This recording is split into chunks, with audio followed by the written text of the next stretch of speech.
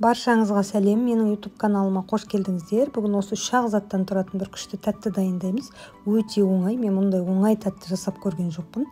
Ешқашан олай болса кеттік. Бірінші кремін дайындаймыз. Вареный сгущенкамызды миксерлеп аламыз. Венчиктің де көмегімен жасауға болады, бірақ ұзақ уақыт алады сәл. Осылай миксерлеп алғаннан кейін үстіне сметанамызды саламыз. Сосын жақсылап біркенше миксерлейміз. Енді ол миксерлегеннен кейін сметанамыз біздің кішкене сұйықтау болып кетеді.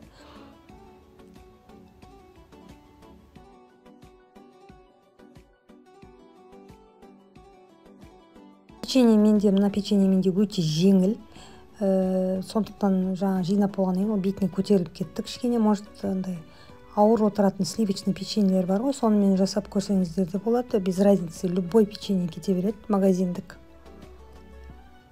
Осылай 3 слой жасап шығамыз.